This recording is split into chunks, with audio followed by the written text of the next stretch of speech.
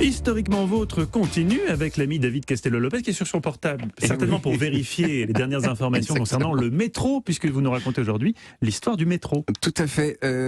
Alors personnellement, j'ai un peu oublié la campagne des municipales à Paris en 2014. Moi aussi. Mais il y a un truc dont je me souviens, c'est l'espèce de petit scandale autour d'une phrase de Nathalie Kosciusko-Morizet qui avait dit, je cite dans une interview: le métro est pour moi un lieu de charme, à la fois anonyme et familier. Je prends souvent les lignes 13 et 8 et il m'arrive de faire des rencontres incroyables. Je ne suis pas en train d'idéaliser le métro, c'est parfois pénible, mais il y a des moments de grâce. Bon, Nathalie, elle a juste dit en gros, le métro, des fois c'est chiant, mais des fois j'aime bien. Ouais, c'est ça que veut dire sa phrase, quoi. Et pourtant, les médias et Internet se sont déchaînés contre elle. Dans la rédaction où j'étais à Canal+ à l'époque, tout le monde lui crachait dessus. Et moi, j'avais pas de personnalité, donc j'ai suivi le vent. Mais au fond, je m'en voulais un petit peu. Alors bien sûr, on voit ce qu'on lui reprochait. On lui reprochait d'être une bourgeoise qui parle d'une chose pénible qu'elle n'est pas obligée de vivre et qui en prélève une sorte de folklore superficiel qu'elle trouve sympa. Tandis que les gens pauvres, eux, ils n'ont pas le luxe de voir ces choses pénibles sous un angle esthétique. Bon. Je veux dire, si elle avait dit ça à propos d'un bidonville africain, je veux bien, il y a des moments de grâce incroyables, bon, là, non, ta gueule.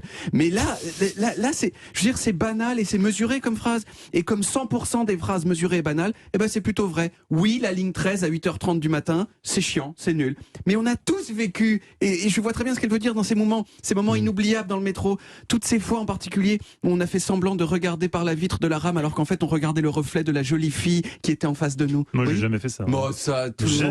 Jamais, je le dis à ma femme qui nous écoute, jamais. Alors Nathalie, elle a peut-être exagéré en disant qu'elle prenait le métro souvent, mais je pense pas qu'elle a menti. Les gens connus prennent le métro aussi.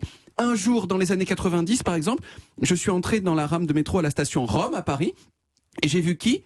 Laurent Mariotte, que les auditeurs, et oui, que les auditeurs d'Europe 1 connaissent bien. À l'époque, c'était une star de Canal J, la télé pour les enfants, et il était là, il prenait le métro comme tout le monde. Stéphane Bern lui-même, nous a dit, il prend le métro quelquefois pour aller au théâtre à Montparnasse.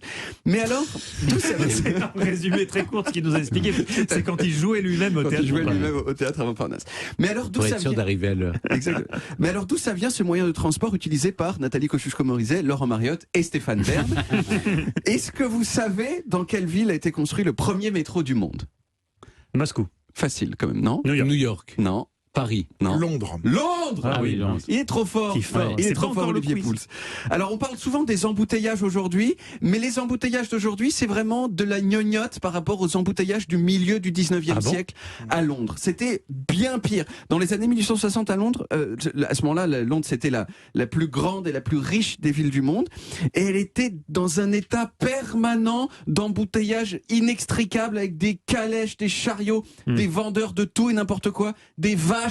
Et donc c'était super compliqué. Et à partir des années 1840, il y a un monsieur anglais qui s'appelait Charles Pearson et qui a dit: attends, pourquoi on fait pas des chemins, on connaît les chemins de fer, pourquoi on n'en fait pas sous la terre à Londres pour dégager les voies en surface? Et il a eu pas mal de mal à convaincre les autorités parce qu'on se disait que ça allait pas être possible. Mais finalement, la ville a fini par dire oui.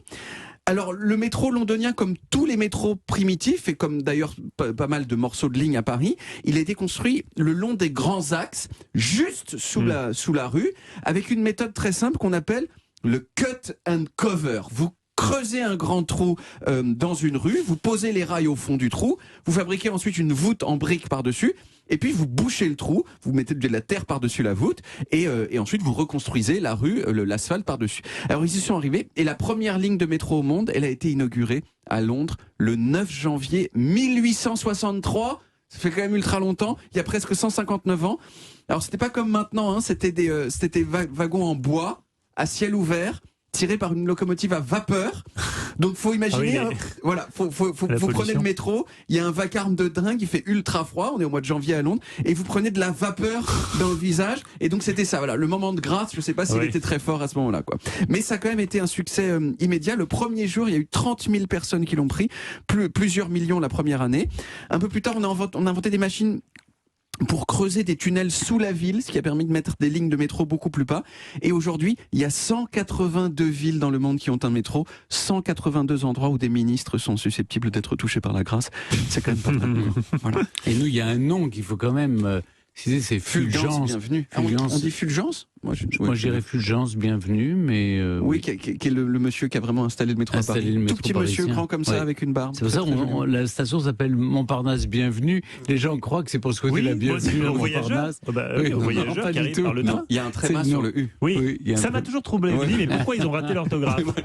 C'est dommage, t'arrives de Bretagne et tu vois ce bienvenu qui est mal orthographié, c'est bizarre. Vous arriviez de Bretagne ce jour-là? Non, ça m'est arrivé, oui. Métro parisien 1900, ça tout le monde le sait pour l'explosion. Tout le monde le sait, mais ça fait du bien de le lire quand même. Merci beaucoup, David. Et maintenant, on a la panna cotta. On ne suit plus du tout ce qui est prévu, nos transitions, on s'en fout. Là, vous avez merci David. Alors, attendez. On va parler des choses sérieuses. Allez, ok, on fait le job. Merci David, c'était passionnant. On retrouve les origines en podcast sur toutes les applis audio et en vidéo sur YouTube, Dailymotion et sur le site europe1.fr.